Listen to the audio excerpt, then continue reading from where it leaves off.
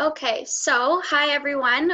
We're just still letting some people in, but welcome to Hands On. I'm Alana. I'm the Operations and Events Manager at the Innovation Cluster. So for those of you who do not know, the Innovation Cluster is a not-for-profit organization that assists startups specifically working in technology. But with that being said, all of our workshops and events are open to the public. We are also part of the Team PTBO group, which includes some of the organizations you're seeing on your screen right now. Also featured on your screen are some of our partners. So thank you for joining us for our virtual hands-on Strengthening Diversity, Equity, and Inclusion with Community Race Relations Committee of Peterborough. We felt that this was an extremely important session to host, and we're happy to have so many business owners and community members on this session today. So today we have Angela Connors, who is the Executive Director of CRRC, facilitating this session. So some of the learning objectives for today's session are becoming anti-racist, how CRRC can help, and tips and tools. So there will be an opportunity for a Q&A at the end of the presentation. I will enable the chat feature in Zoom so that you can compile all your questions then. And after the session, I am also going to send out a survey so you can let us know what you liked, what you didn't like, what you would like to see us do in the future, and so on. So I'm going to hand it over to Angela now. Okay. How do I move this out of the way here? So I can see. All right. Well, thank you so much for inviting me, and thanks to everybody who's taken some time to join us today. I'm really looking forward to opening space for conversations to take place. I think that's really important, and that's actually a big part of what CRRC is engaged in, creating space to have authentic and respectful dialogues around race-related issues. In recent days, we've been receiving a lot of emails and phone calls from folks looking to get some advice on how to move forward. And so I was happy when Innovation Cluster reached out and said, can we do something? And so here we are today. So thanks again for joining us. So when we talk about becoming anti-racist, and you'll notice that I put there and making it stick, because we've gone through periods in time where there has been some kind of movements around social justice, and then as the news cycles go through and something else becomes hot news, then they kind of get left by the wayside. So I want to make sure. Angela, I'm just going to interrupt you. I can't see your PowerPoint. Sorry. Okay, hold on. Whoop. Yeah. Let me escape here first.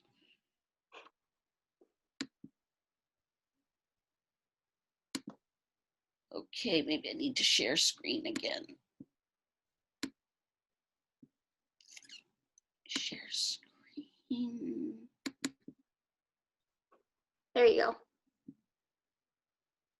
Okay, can you see it now? Perfect. Okay, so there you go. Now you know what I was talking about. Becoming anti-racist and making it stick. So we'll get started, and as mentioned, there'll be an opportunity for questions at the end. So please, as we're going along, if you have a question or a comment, then put it in the chat box, and we'll discuss those at the end. So here we go. So I wanted to start off just by putting things into context, because we're in a period of time where there's this heightened awareness around what it means to be anti-racist. And so there's this great quote by Frederick Douglass here, and it says, if there is no struggle, there is no progress. And this has been true forever, I guess. But Frederick Douglass was born a slave, and he wrote a narrative about his life. And so this quote was taken probably sometime in the mid 1800s. And I recently found a quote that's much similar by Martin Luther King. So that was, in the 60s. And so here we are today. And so I just wanted to kind of put that out there that, it's important for all of our voices to be raised on this issue right now more than ever. Not that it hasn't always been important, but I think now that we've have this kind of groundswell of raised consciousness, that we don't want to miss or misuse the opportunity. So when I talk about being anti-racist, oftentimes I'll hear from people, well, I'm not a racist. And sometimes this occurs when, somebody says or does something that conveys racist behavior or racist attitudes. And the first things out of their mouth is I'm not a racist. But you have to be more than just not a racist if we're going to continue this work and make it sustained. And what that means is that we have to think about what it actually means to be anti-racist. So we have to really ask ourselves, and we have to, try and understand what that difference is. So what does it mean to be non-racist, and what does it mean to be anti-racist? And I think the big things for me, and we can get into a whole conversation, I could have a whole workshop just on this, but the main points I think that need to be raised on this particular question is that being non-racist is somehow inactive. It's like, I don't say racist things. I am friendly to folks from other ethnicities. I'm kind, that kind of thing. Where being anti-racist means that you actually have to do something with that information, so that you have to be ready, willing, and able to speak up and to challenge folks when you think or see, racist behavior, racist attitudes, and, engage them in a conversation. For some folks, it means, taking to the streets and voicing their displeasure. But as we go through the slides that I have here, we'll talk a little bit more about, what folks can actually do about this. The other question that I have to pose to people is, how do we even unintentionally support white supremacy? And I'm not talking white supremacy about the KKK or the white supremacist movement. I'm talking about how the systems and institutions that we are socialized into have been created on a foundation of white supremacy, meaning that, the dominant white culture is basically calling all the shots. And so we've all been socialized the same way. So we are all receiving those messages. And like I said, even unintentionally, we can be supporting that. And just as a for instance, and, I've had to do some reflecting myself on this, because I figure if I'm posing this question to other people, I need to be able to actually think about how I am doing that. And even though I've been doing this anti-racism work for a number of years, that doesn't mean I'm immune to it, right? We all have been socialized the same way. No one is immune. And so when the COVID-19 first came out and we all went into shutdown and stuff like that, and the messages we were receiving was that, there were some parts of of our communities that were essential. And so I bought into the whole thing and was really struggling with, is our work essential? I mean, it's not deemed essential by what we're hearing, because we're not in healthcare and we don't provide direct service to marginalized folks, like, at a homeless shelter or something like that, or a daycare. And so I was really struggling with it. And then as we started to go through the weeks, I started to realize the disproportional effect that the pandemic was having on marginalized and racialized groups. And so I started to think, hold on a second. So I was buying into that without really critically reflecting on what that meant, right? And so I'm sharing that with you because, like I said, no one is immune. And so we all need to be doing some of that work ourselves. And so how can we practice and learn to be anti-racist? Well, there's so much commentary out there right now. There's all kinds of reading lists that are available. But you know, CRRC has been around for almost 40 years here in the Peterborough community, and definitely we're a place that you can come and learn. You can come and practice in a safe space. I like to call them brave and safe spaces, because you know, you have to be a little brave to bring up conversations about this sometimes, and you're going to get uncomfortable, right? So part of that learning and practice is about being uncomfortable, being more comfortable, or being uncomfortable but willing to have the conversations. So let's look at a little bit about what CRRC is all about, and how we may be able to assist in that. So I'm sure that many of you have heard people say, "Oh, they're just playing the race card." And in recent days, I've heard it a lot, and it's really annoying sometimes. But it's not anything new. We've heard it before, and so I thought, well, you know what? If people are likening race relations to a game, then we better have an ace up our sleeve. And so this is where we came up with this acronym for which talks to the core areas of work that CRRC is engaged in. And they are advocacy and awareness. They kind of go hand in hand. Collaboration, we're talking about partnerships, and of course, education. So here's our flyer here, which kind of goes a little bit more in depth about what we do. When we talk about the advocacy piece, we're talking about, you know, providing advocacy for people that are affected by racism and discrimination.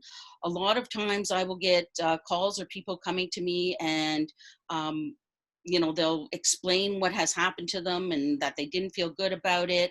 And a lot of times they just want to be validated, right? They want the sharing of that information to get some kind of response that says, yeah, you know what you're going through is probably there is some racism and discrimination in that, and what are some things that we can do about it. And so, you know, how do we encourage positive race relations? And we sometimes do this through consultation, through conflict resolution. People phone us up and just asking for advice. And I want to say, and I'm going to probably say this a couple of times, there is no playbook. I don't have a book in my office where somebody gives me a situation and says, what do I do? And I go flip the pages. Oh, here it is. This is exactly what you have to do. Unfortunately, it doesn't quite work like that. One size doesn't fit all. And we'll talk a little bit more about that as we go on.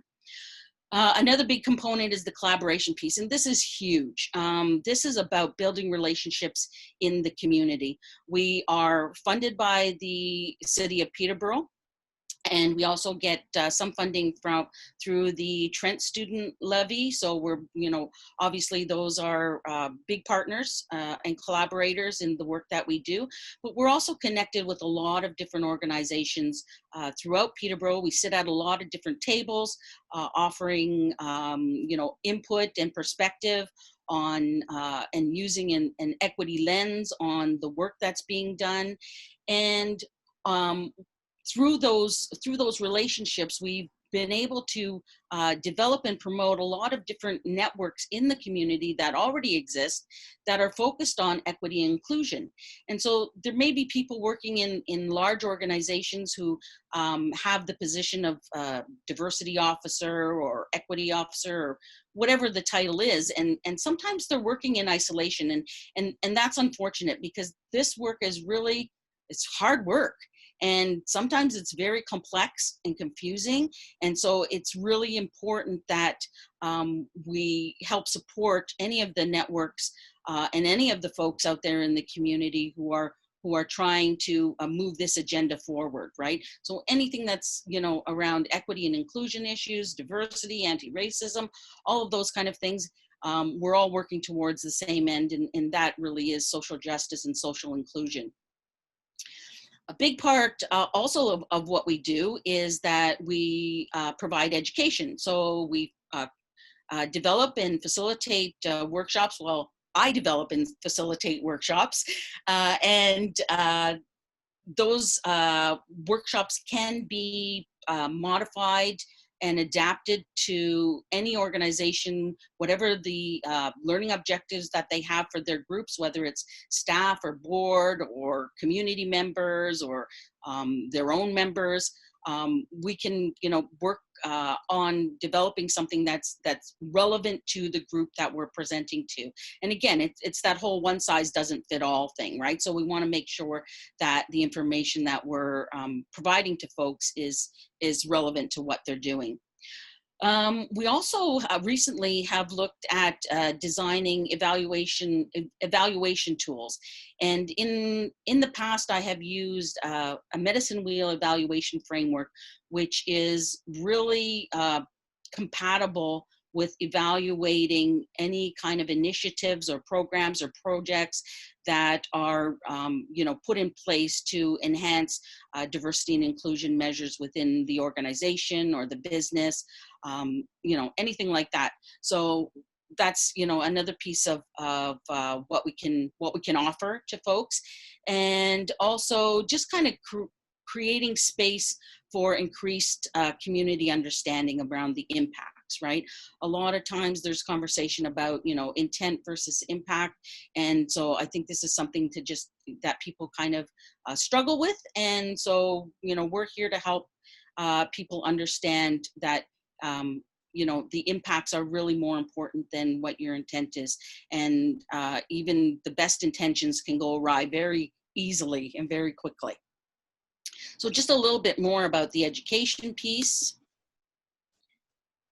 So we have a whole series called the Race Relations Learning Series, and it really runs the gamut from, Diversity 101. So this is, when you just want to start creating some awareness, you're at the early stages of, starting to help your staff and members understand what it means, right? And with this workshop, we really go right to the basics, right? We talk about, what is the language of diversity? Because a lot of times when there is any kind of misunderstandings or miscommunications, it's around the fact that folks have different understandings of what certain words mean, right? So what is equity? What is equity versus equality? What does it mean to be anti-racist? What, white supremacy, oh my God, what are you talking about? So we look at we take a long time looking at what the language is and how to make sure that folks are comfortable with that before they move forward with any of the work. And then it kind of, runs the gamut. Then once, people kind of establish some level of awareness and they start on that learning path, then we can talk about what I call going deep, right? So this is more of okay, so now I know that, what else do I need to know? How do I engage other people in these conversations? What are microaggressions? How do they impact marginalized communities? We talk about going beyond privilege. I found a lot of people will acknowledge that they have privilege, but they're not quite sure how it functions. And I think that's a really important piece for folks. And so, we try to run the gamut from, some basic understanding through to the more critical reflection piece. We also do consultation and coaching, and this could be for your board, this could be for executive directors, for CEOs. They're not quite sure and they're afraid to, say the wrong thing, or they, don't want it to be misconstrued in any way, shape, or form. And so this is something that we can offer to folks about, how do we do that? And part of that is just helping folks to understand that you're probably going to make mistakes. You're going to stumble, but that's okay, right? That is part of the learning process. And so all of these workshops, as I mentioned earlier, can be adapted. Generally speaking, they are half-day workshops, so 3 hours, but we have done presentations, obviously, like today, where, we're taking an hour to have a conversation. And believe me, I can squeeze a lot of information into an hour. You'll see.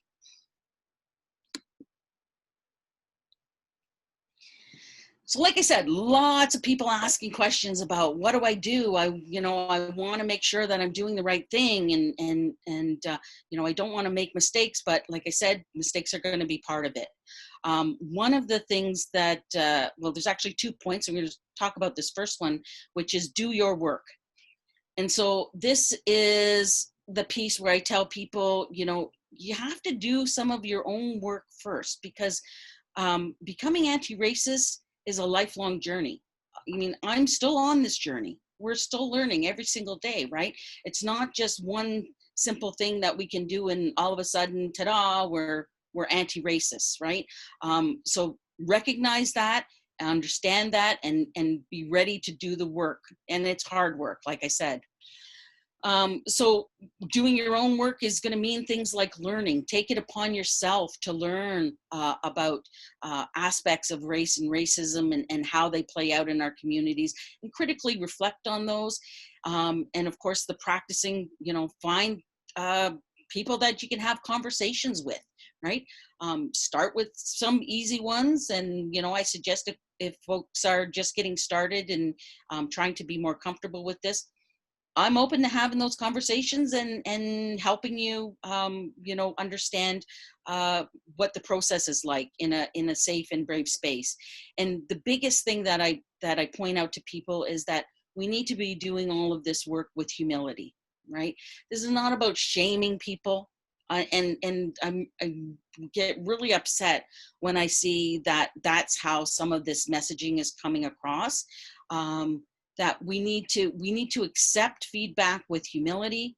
We need to reflect on that feedback and recognize that any of the feedback we get is a gift. Whether it's good, bad, or ugly, it's a gift, and there's something that we can take away from that and learn, and that's something that we will carry with us.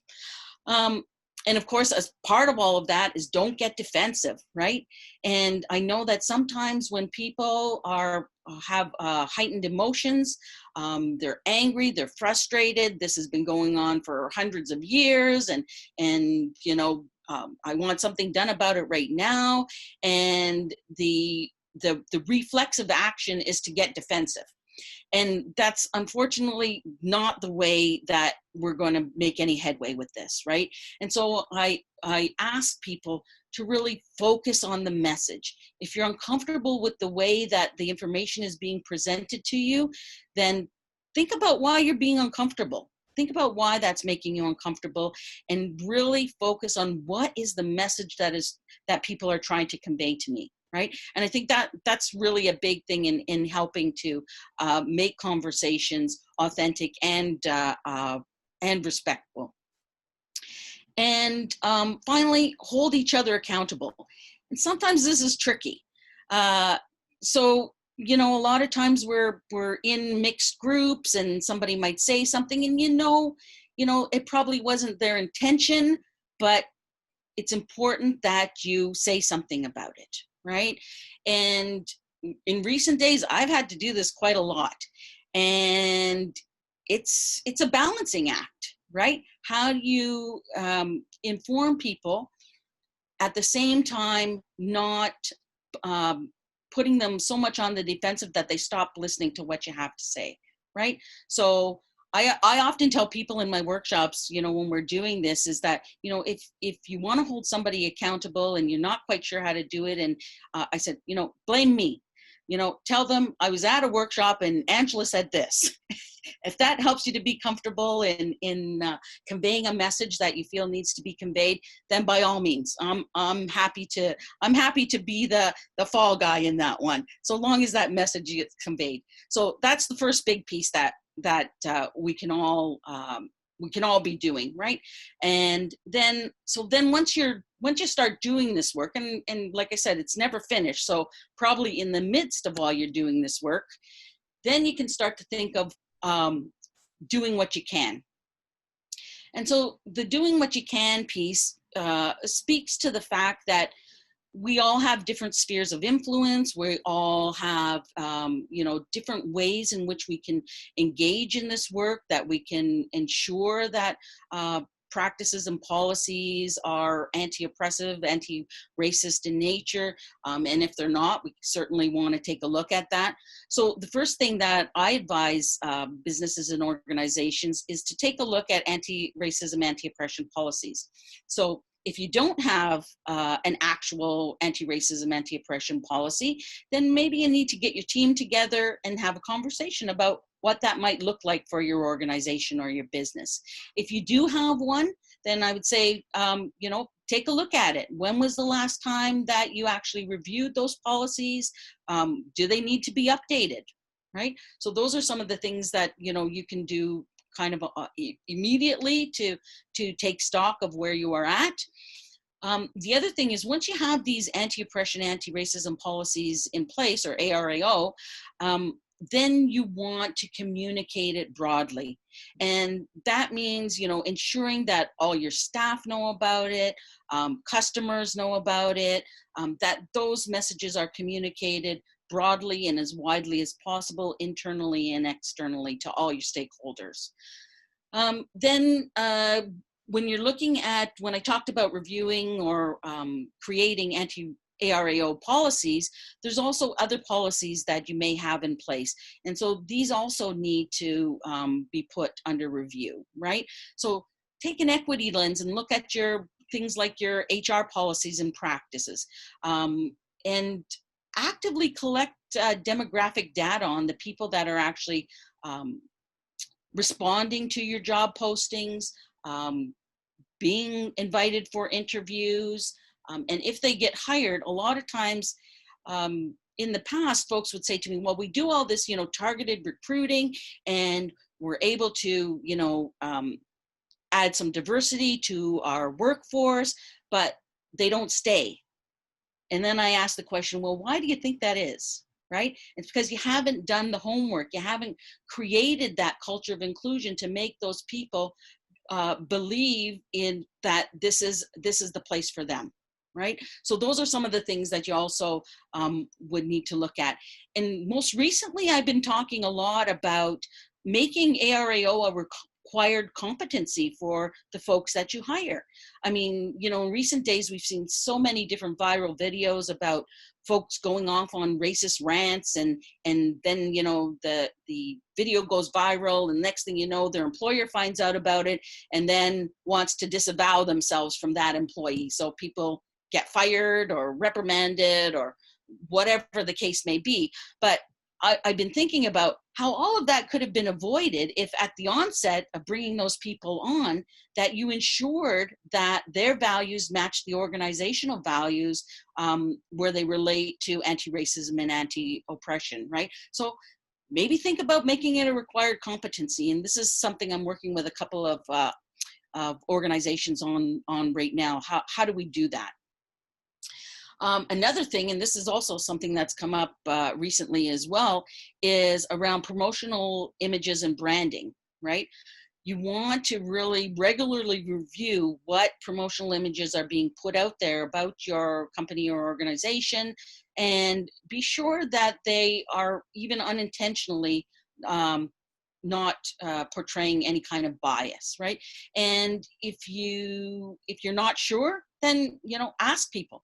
You know, get some advice, talk to people about this, figure out ways that you can get different perspectives on the images that you're putting out there. I would also, you know, we talked about anti-racism initiatives. So these could be within your company or organization. They could be ones that are maybe you volunteer on a board, right? And they have some anti-racism initiatives. Then how do you evaluate the effectiveness of those, right?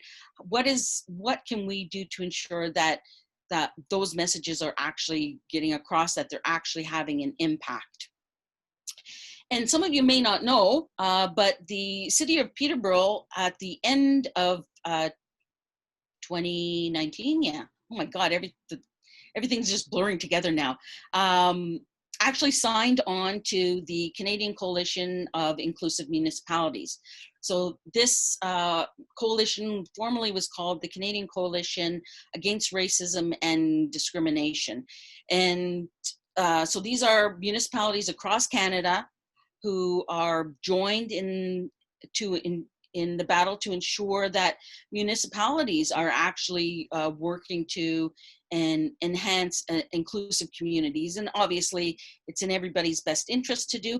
But like I said, the city of Peterborough has signed on to this. They're at the early stages of putting together an anti-racism action plan. But just be aware that this stuff is going on, and maybe you have some input that you want to contribute. That's something definitely that I would hope that folks in the community are interested in doing. And if you don't already, join or support committees or groups who are actively working against racism and discrimination. I mean, obviously, Community Race Relations Committee, but we're not the only people in the community doing this kind of work. If you are a member, great. If consider becoming a member of CRRC, that would be wonderful. Support in any way that you can. And I have to, just do a shout out to all the amazing and creative ways that the business community in Peterborough has reached out and wanting to support CRRC through fundraising initiatives that are really, reflective of the work that they do.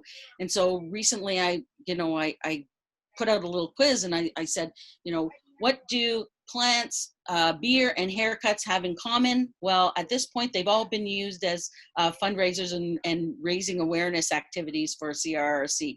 And we just continue to get, more offers to do this. And it's just wonderful to see. So just like I said, those are the two key messages that I hope that folks will take away from this session today is do your work and then do what you can.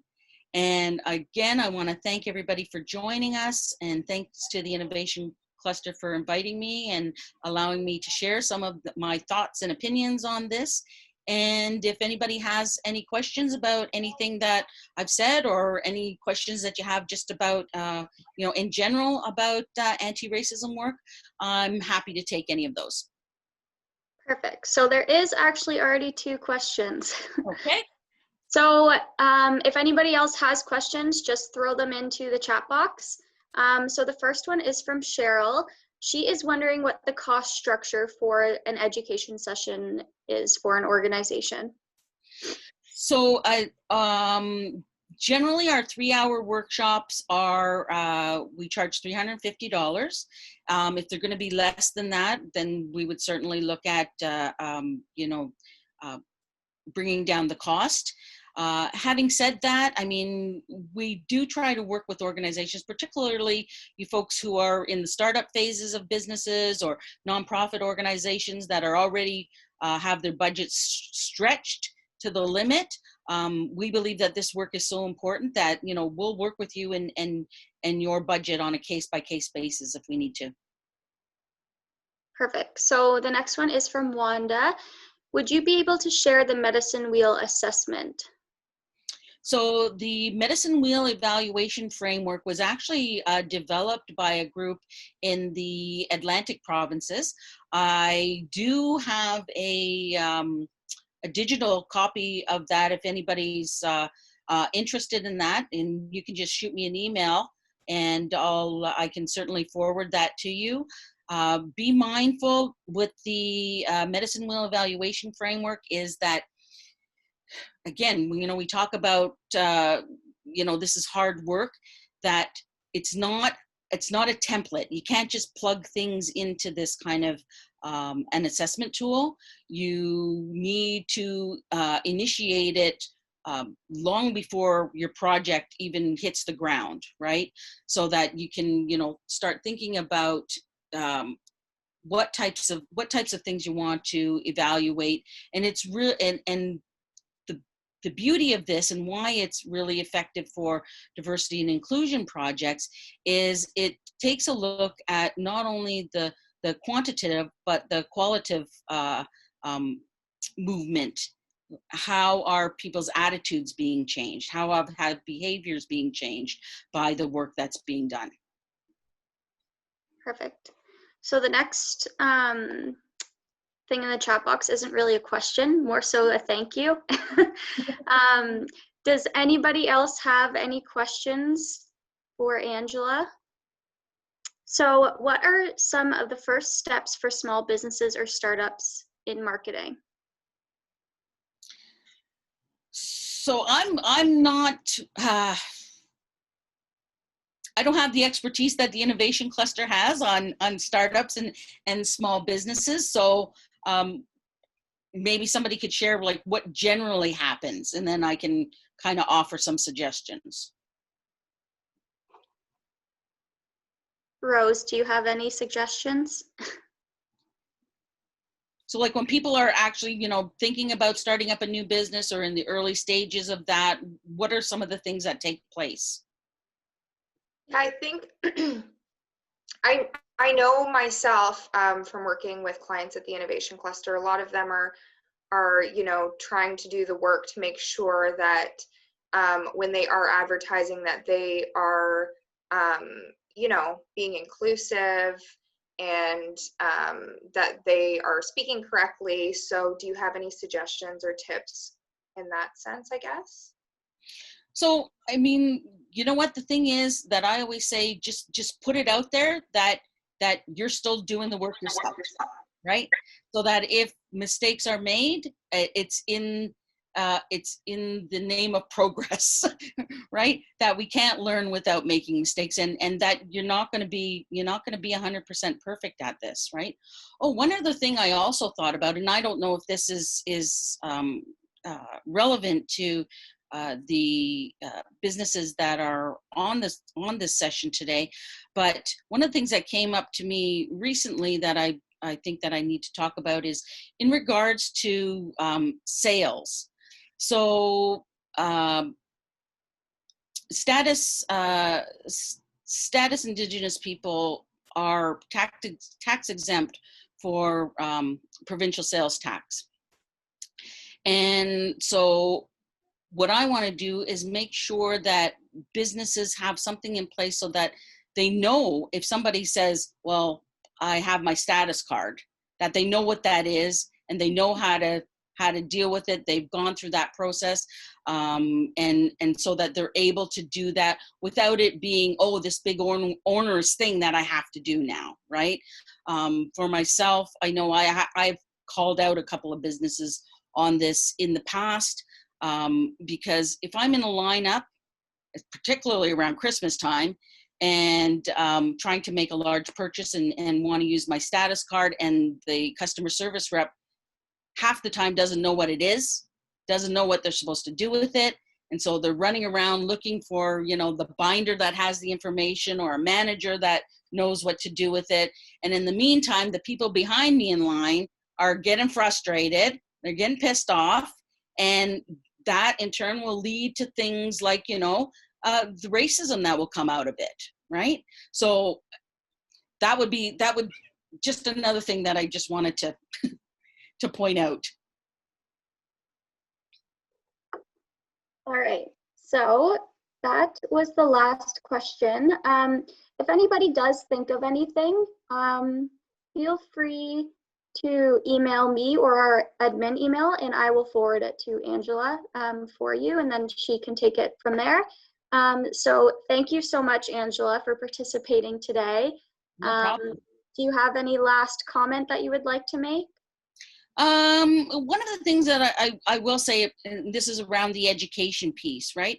If you are a small business, you don't have to go it alone, right? Get a couple of other businesses together and pool your resources, and I'll be happy to come and do a session for a group of people. It doesn't have to just be within one organization. Perfect. All right, so thanks everybody for tuning in. And we will see you later.